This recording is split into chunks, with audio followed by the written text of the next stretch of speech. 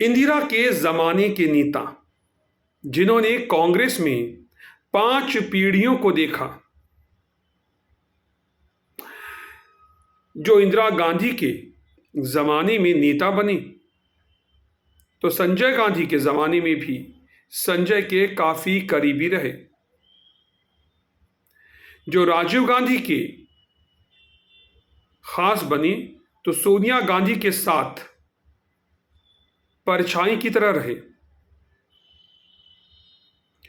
जो राहुल गांधी के साथ भी काफी घनिष्ठता और नजदीकी रिश्ता बनाए रहे। जी हां, मैं बात कर रहा हूं कांग्रेस के दिग्गज नेता रहे, कांग्रेस के गुलाम नबी आजाद की,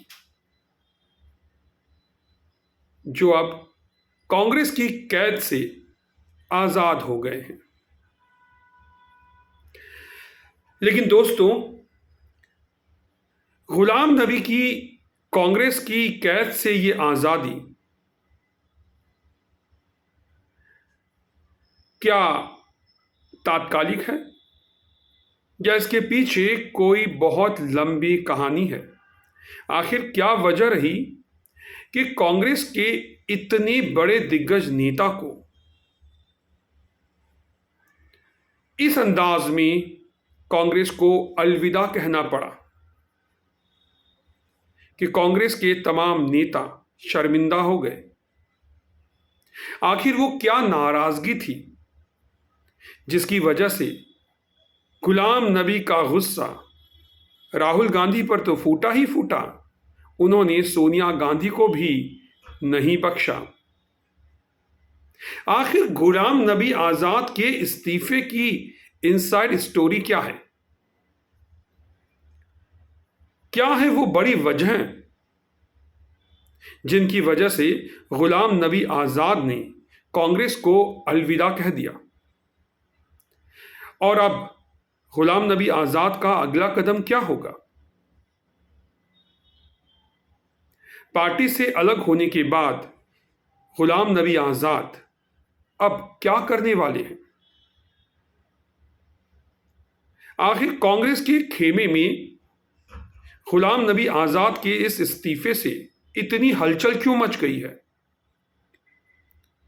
और बीजेपी के खेमे में खुशी का माहौल, जश्न का माहौल और मिठाइयां क्यों बांटी जा रही हैं?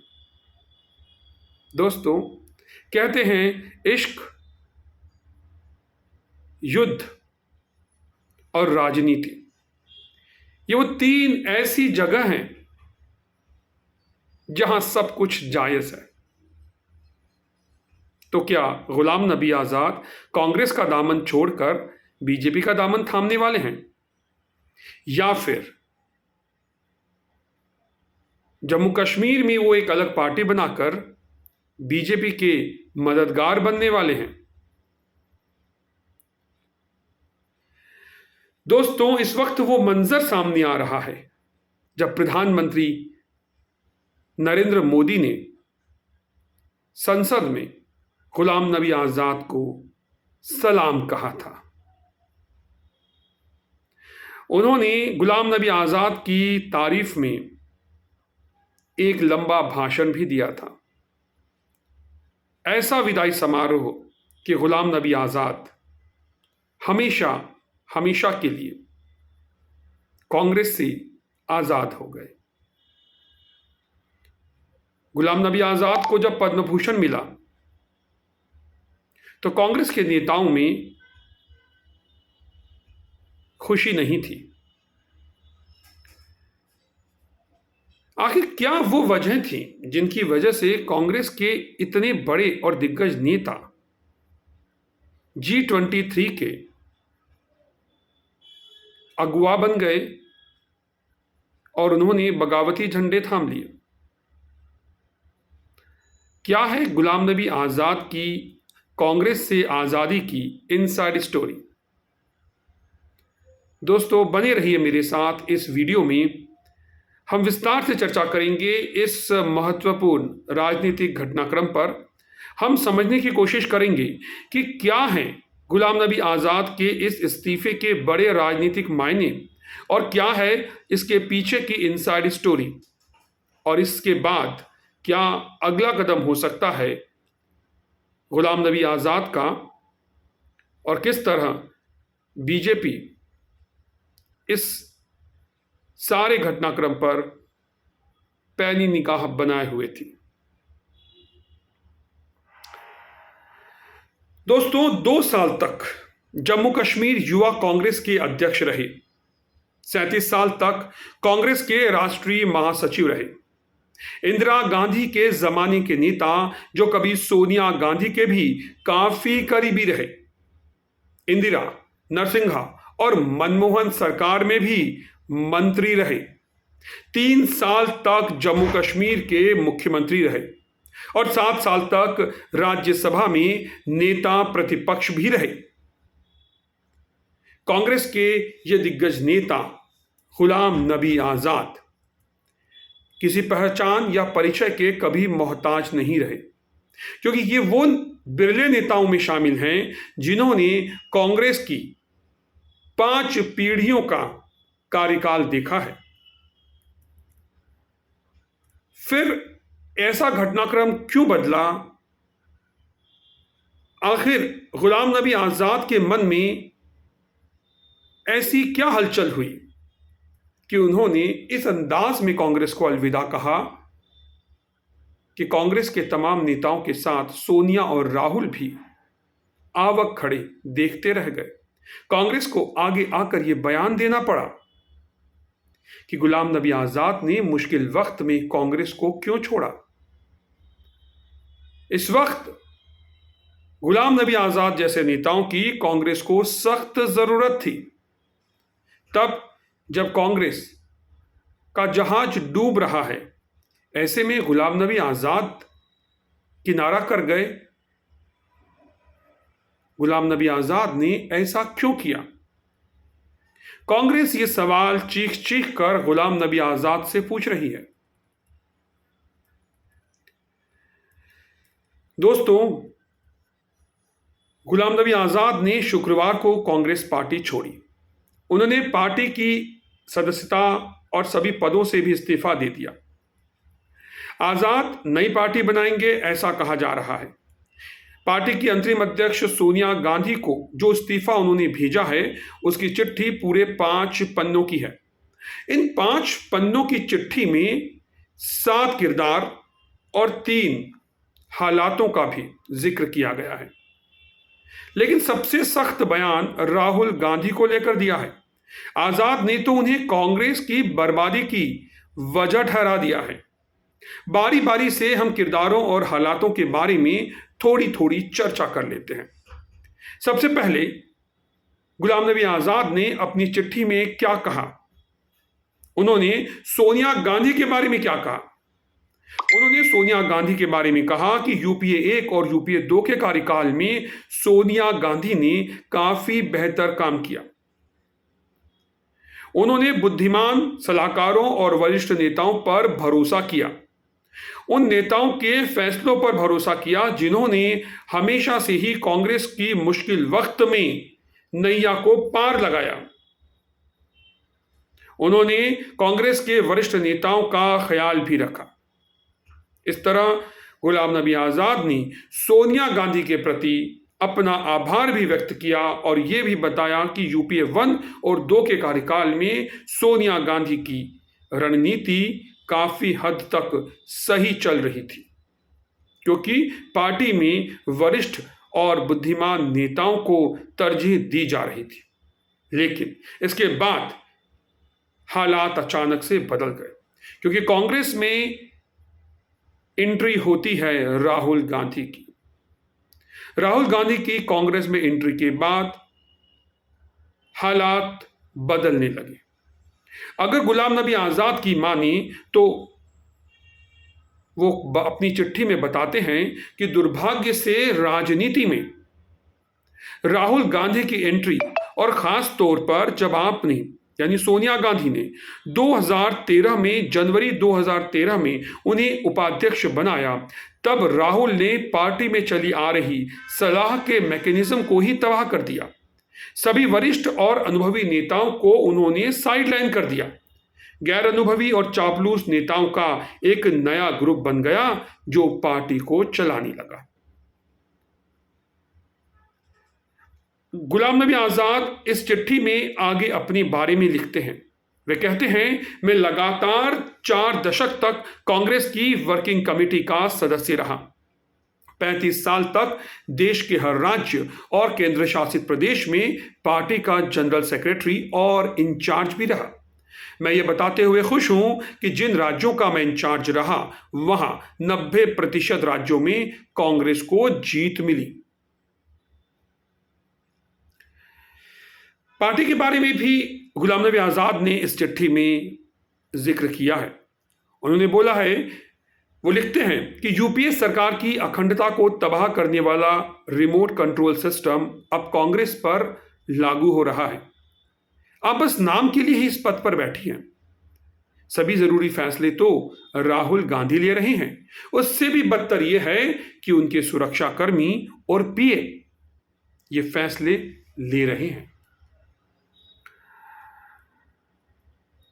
यानी कुल मिलाकर गुलाम नबी आजाद ने कांग्रेस पर निशाना साधा और जाते जाते कांग्रेस अध्यक्ष सोनिया गांधी को काफी खरी खोटी सुना गए। उन्होंने कहा कि कांग्रेस आज रिमोट कंट्रोल मॉडल से चल रही है। राहुल गांधी के पीए और सुरक्षाकर्मी पार्टी के फैसले ले रहे हैं। बेहद गंभीर आरोप कांग्रेस के एक वरिष्ठ नेता जाते हुए कांग्रेस पार्टी पर लगा कर गए हैं। गुलाम नबी आजाद ने उन बड़े नेताओं को भी याद किया जिनके साथ कांग्रेस में उन्होंने बहुत बड़ा कार्यकाल बिताया। उन्होंने इंदिरा गांधी को याद किया, उन्होंने अपनी इस चिट्ठी में संजय गांधी को याद किया, तो राहुल गांधी के बारे में काफी कुछ भला बुरा कहा, लेकिन उनके पिता राजीव गांधी को भी याद किया। उन्होंने सोनिया गांधी के साथ अपने कार्यकाल का भी इस चिट्ठी में जिक्र किया है। इंदिरा गांधी के बारे में बेहद दिलचस्प अंदाज में वो लिखते हैं कि 1977 के बाद संजय गांधी के नेतृत्व में यूथ कांग्रेस के जनरल सेक्रेटरी पद पर रहते हुए मैं हजारों कांग्रेस नेताओं और कार्यकर्ताओं के साथ एक जेल से दूसरी जेल गया। तिहाड़ जेल में मेरा सबसे लंबा समय 20 दिसंबर 1978 से जनवरी 1979 तक था। तब मैंने इंदिरा गांधी जी की गिरफ्तारी के खिलाफ जामा मस्जिद से संसद भवन तक विरोध रैली निकाली थी।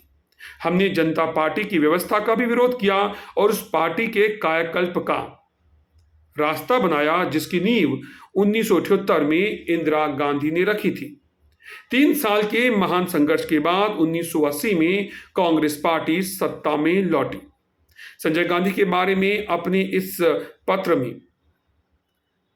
गुलाम नबी आजाद लिखते हैं कि छात्र जीवन से ही मैं आजादी की अलख जगाने वाले नेहरू, पटेल, गांधी, अबुल कलाम आजाद, सुभाष चंद्र बोस के विचारों से प्रभावित था। संजय गांधी के कहने पर मैंने 1975 और 76 में जम्मू कश्मीर यूथ कांग्रेस की अध्यक्षता को संभाला था। कश्मीर यूनिवर्सिटी से पोस्ट ग्रेजुएशन करने के बाद 1973 से 75 तक मैं कांग्रेस के ब्लॉक जनरल सेक्रेटरी का जिम्मा संभालता रहा। संजय गांधी की दुखद मृत्यु के बाद 1980 में मैं यूथ कांग्रेस का अध्यक्ष बना।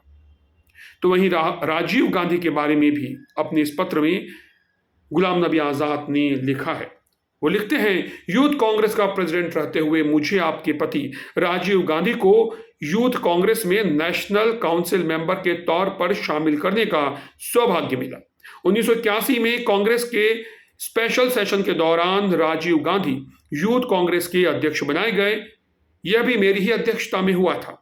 मैं राजीव गांधी के कांग्रेस पार्लियामेंट्री बोर्ड का अध्यक्ष बनने से लेकर उनकी दुखद हत्या तक इस बोर्ड का सदस्य रहा।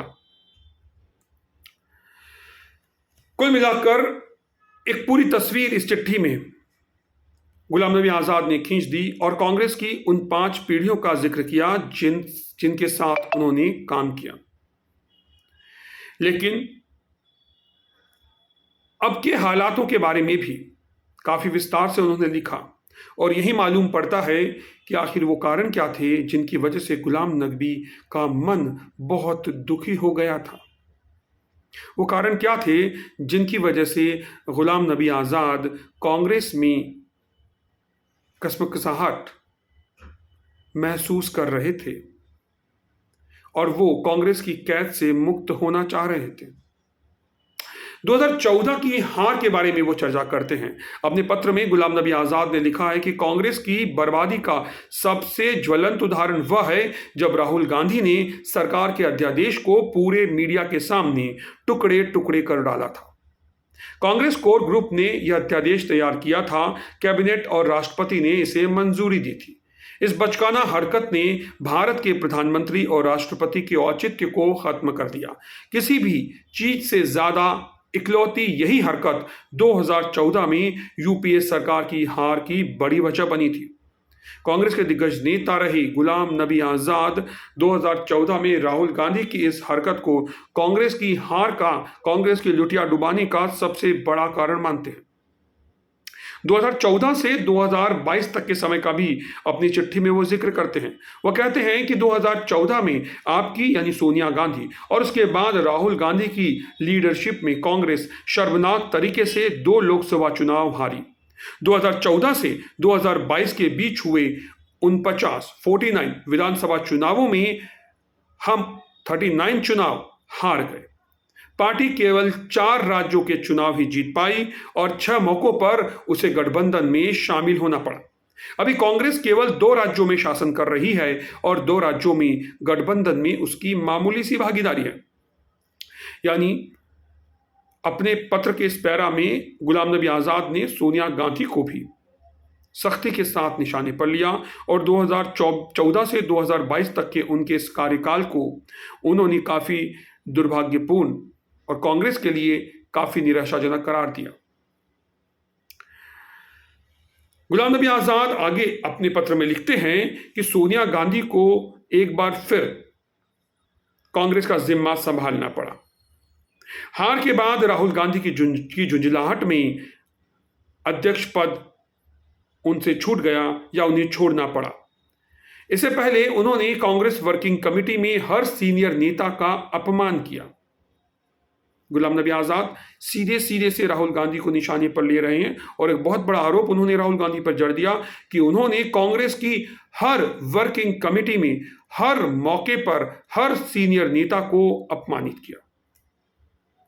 जिसने पार्टी के लिए अपनी जिंदगी दी, तब आप अंतरिम अध्यक्ष बनी उन लोगों की वजह से जिन्होंने पार्टी को खड़ा करने में, पार्टी को आगे बढ़ाने में उन नेताओं ने बड़ा योगदान दिया, लेकिन उन नेताओं को राहुल गांधी ने किनारे कर दिया। पिछले 3 साल से आप ये जिम्मेदारी संभाल रही हैं। दोस्तों, कुल मिलाकर के कांग्रेस के दिग्गज नेता रहे गुलाम नबी आज़ाद के इस पत्र को पढ़ने और इसका विश्लेषण करने से ये बात समझ में आती है कि आखिर गुलाम नबी आज़ाद के मन में क्या चल रहा था। लेकिन क्या बात सिर्फ इतनी ही थी जो उनकी इस पत्र में दिखाई दे रही है, या फिर इसके पीछे की इनसाइड स्टोरी कुछ और है? क्या कुछ ऐसी बातें भी हैं जो गुलाम नबी आज़ाद ने अपने पत्र में, जिनका जिक्र तो नहीं किया, लेकिन वो बातें गुलाम नबी आज़ाद की कांग्रेस से आज़ादी का सबसे बड़ा कारण बनी? क्या इस कहानी की कोई इनसाइड स्टोरी भी है? क्या ये कहानी का अंत है या फिर इस स्टोरी की पिक्चर अभी बाकी है, क्लाइमेक्स अभी होना है? दोस्तों, हम एक बार उन तथ्यों को भी समझ लेते हैं जो इस चिट्ठी में बयान नहीं किए गए, उन घटनाओं को भी समझ लेते हैं जो इस चिट्ठी में गुलाम नबी आज़ाद ने जिक्र नहीं की, लेकिन वाकई में वो घटनाएं गुलाम नबी आज़ाद की कांग्रेस की कैद से मुक्ति का सबसे बड़ा कारण बनी। दरअसल गुलाम नबी आज़ाद कई दिनों से कांग्रेस आलाकमान के फैसलों से नाराज चल रहे थे। इसी महीने की बात करें तो 16 अगस्त को कांग्रेस ने गुलाम नबी आज़ाद को जम्मू कश्मीर प्रदेश कैंपेन कमेटी का अध्यक्ष बनाया था, लेकिन आज़ाद ने अध्यक्ष बनाए जाने के 2 घंटे के बाद ही अपने पद से इस्तीफा दे दिया था। आज़ाद ने कहा था कि ये मेरा डिमोशन है। 73 साल के आज़ाद अपनी सियासत के आखिरी पड़ाव पर फिर प्रदेश कांग्रेस कमेटी की कमान संभालना चाह रहे थे, लेकिन केंद्रीय नेतृत्व कुछ और ही सोच रहा था। केंद्रीय नेतृत्व ने उनकी बजाय 47 साल के विकार रसूल वानी को यह जिम्मेदारी दे दी। वानी गुलाम नबी आज़ाद के बेहद करीबी हैं। वे बनिहाल से विधायक रह चुके हैं। आज़ाद को यह फैसला पसंद नहीं आया। कहा जा रहा है कि कांग्रेस नेतृत्व आज़ाद के करीबी नेताओं को तोड़ रहा था और आज़ाद इससे काफ़ी खफा हो गए।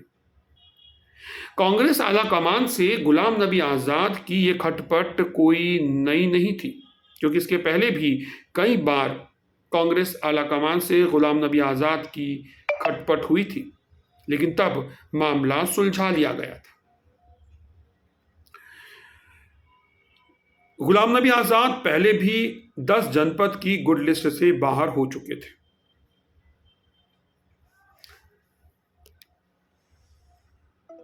दो 2008 में जम्मू कश्मीर के मुख्यमंत्री पद से हटने के बाद भी उनकी कांग्रेस हाईकमान से खटपट हुई थी। हालांकि 2009 में आंध्र प्रदेश कांग्रेस से विवाद के बाद इस समस्या को सुलझा लिया गया था।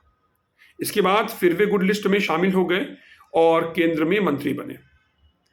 सूत्रों के मुताबिक इस बार कांग्रेस हाईकमान से उनका समझौता नहीं हो पाया, इस वजह से उन्होंने इस्तीफा दे दिया। गुलाम नबी आज़ाद कांग्रेस के G23 ग्रुप का भी हिस्सा थे। यह वही ग्रुप है जो पार्टी में बड़े बदलावों की पैरवी करता है।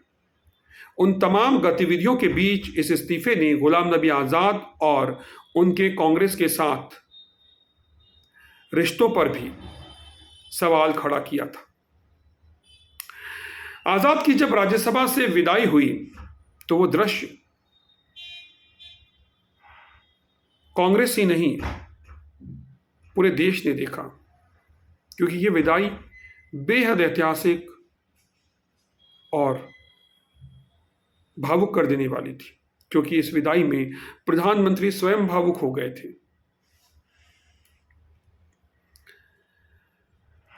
आज़ाद का राज्यसभा का कार्यकाल 15 फरवरी 2021 को पूरा हो गया था।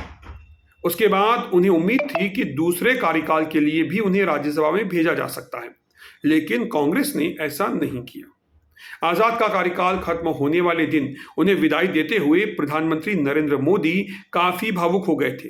2022 में मोदी सरकार ने गुलाम नबी आज़ाद को पद्म भूषण सम्मान दिया, जिसके बाद कांग्रेस के कई नेता गुलाम नबी आज़ाद से नाराज हो गए। नेताओं ने यह सुझाव दिया था कि गुलाम को यह सम्मान नहीं लेना चाहिए था। गुलाम नबी आज़ाद ने इसके जवाब में कहा था कि कांग्रेस की हार से मेरा दिल रोता है। हमने पार्टी को बनाने के लिए पूरी जवानी दी। अब मुझे उम्मीद है कि कांग्रेस हाईकमान उन बातों पर ध्यान देगी जिसे हम शुरू से ही उठा रहे हैं। कांग्रेस ने गुलाम नबी आज़ाद को काफी बड़ी जिम्मेदारियां दी और गुलाम नबी आज़ाद कांग्रेस के बड़े रणनीतिकार रहे। लेकिन वो क्या घटनाक्रम थे जो अचानक कांग्रेस के गुलाम कांग्रेस से नाराज हो गए और कांग्रेस में जुदाई का जो सिलसिला चल रहा है, उसी सिलसिले को गुलाम नबी आज़ाद ने भी आगे बढ़ा दिया। एक बार टाइमलाइन पर भी नजर डाल लेते हैं। जनवरी 2021 की बात करते हैं। गुलाम नबी आज़ाद राज्यसभा से रिटायर हुए। वो दृश्य आपने भी देखा होगा।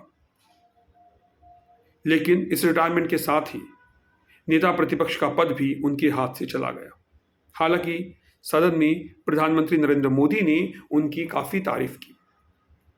फरवरी 2021 में गुलाम नबी आज़ाद कांग्रेस के G23 ग्रुप के नेताओं के साथ कश्मीर पहुंचे और वहां पर उन्होंने शक्ति प्रदर्शन किया। मई 2021 पर आते हैं। बंगाल, असम सहित 5 राज्यों के चुनावों में कांग्रेस ने आज़ाद समेत G23 ग्रुप के नेताओं को, किसी भी नेता को स्टार प्रचारक नहीं बनाया। जुलाई 2021 की बात करें, राहुल गांधी ने आज़ाद को बुलाया और जम्मू कश्मीर कांग्रेस की कमान संभालने का आदेश दिया या कहीं ऑफर दिया, लेकिन आज़ाद नहीं माने। आज़ाद के घर मार्च 2023 का एक दृश्य। G23 नेताओं की एक मीटिंग होती है जो 5 घंटे तक चली। मीटिंग में कांग्रेस में सुधार की मांग भी की गई और एक लेटर भी जारी किया गया। इसके बाद आता है अप्रैल 2022। सोनिया गांधी ने 10 जनपथ में आज़ाद को तलब किया। G23 की मांग को लेकर उनसे जानकारी ली गई। उसके बाद आता है जुलाई 2022। कांग्रेस हाईकमान और आज़ाद के बीच समझौते को लेकर 4 राउंड की मीटिंग होती है। कश्मीर पर उनकी मांग मान ली जाती है, लेकिन जुलाई 2022 में ही एक और घटनाक्रम होता है। गुलाम नबी 1.5 साल के बाद कांग्रेस मुख्यालय पहुंचते हैं और सोनिया गांधी के सपोर्ट में प्रेस कॉन्फ्रेंस करते हैं। यानी ये संदेश देने की कोशिश होती है कि कांग्रेस और गुलाम के बीच सब कुछ ठीक है। इसके बाद अगस्त 2022, कांग्रेस ने गुलाम नबी को कैंपेन कमेटी का चेयरमैन बनाया, कश्मीर की कैंपेन कमेटी का। 2 घंटे बाद ही उन्होंने इस्तीफा दे दिया, ये कहकर कि ये पद उनके लिए सही नहीं है, ये उनका डिमोशन है। अब सवाल ये उठता है कि गुलाम नबी आज़ाद ने कांग्रेस से इतर अपनी नई राह बना ली है, क्योंकि लंबे समय से वो खुद को हाशिए पर महसूस कर रहे थे।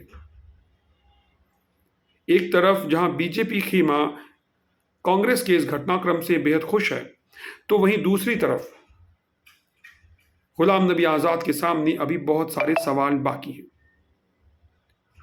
सबसे बड़ा सवाल तो ये है कि कांग्रेस से अलग होने के बाद ये जो रास्ता है, वो रास्ता आखिर उस रास्ते की मंजिल क्या होगी? वो रास्ता आखिर जाता कहाँ है? गुलाम नबी आज़ाद को अभी बहुत कुछ सोचना होगा।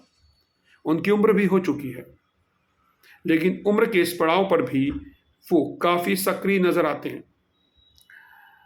गुलाम नबी आज़ाद ने अपने कार्यकर्ताओं को, अपने समर्थकों को ये संदेश दिया है कि वो जम्मू कश्मीर आ रही हैं। संकेत साफ हैं कि गुलाम नबी आज़ाद जम्मू कश्मीर में एक नई पार्टी का गठन करेंगे या फिर वो बीजेपी का दामन थाम लेंगे। कांग्रेस की इस दिग्गज रणनीतिकार की आगे की रणनीति क्या होगी? फिलहाल इस पर कयास लगाए जा सकते हैं, लेकिन इतना तय है कि कांग्रेस के एक के बाद एक जिस तरह बड़े नेता बागी हो रही हैं और कांग्रेस का साथ छोड़ रही हैं, वैसी स्थिति में कांग्रेस आने वाले समय में और अधिक मुश्किलों में पड़ सकती है।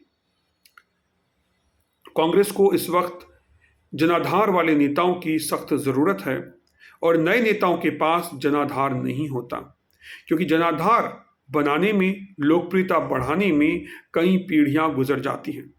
लेकिन जिस तरह से वरिष्ठ नेता इस वक्त कांग्रेस से किनारा कर रहे हैं, वैसी स्थिति में आने वाला समय कांग्रेस के लिए और चुनौतीपूर्ण हो सकता है। निश्चय ही एक नई नवेली कांग्रेस अब देखने को मिलेगी, लेकिन सवाल यह है कि वो कांग्रेस क्या वाकई में इंदिरा, राजीव, संजय और सोनिया वाली कांग्रेस होगी, जिसने देश की सत्ता और देश के कई राज्यों की सत्ता पर काबिज होकर लंबे समय तक सरकारें चलाई। दोस्तों, आपको ये विश्लेषण, ये वीडियो कैसा लगा ज़रूर बताइएगा। अगर आपको ये वीडियो पसंद आया हो तो इसे सब्सक्राइब करें और लाइक करें, ताकि आपको आने वाले समय में ऐसे और दिलचस्प वीडियो, ऐसी और चर्चाओं से हम रूबरू कराएं और आपको नोटिफिकेशन मिलते रहें। नमस्कार।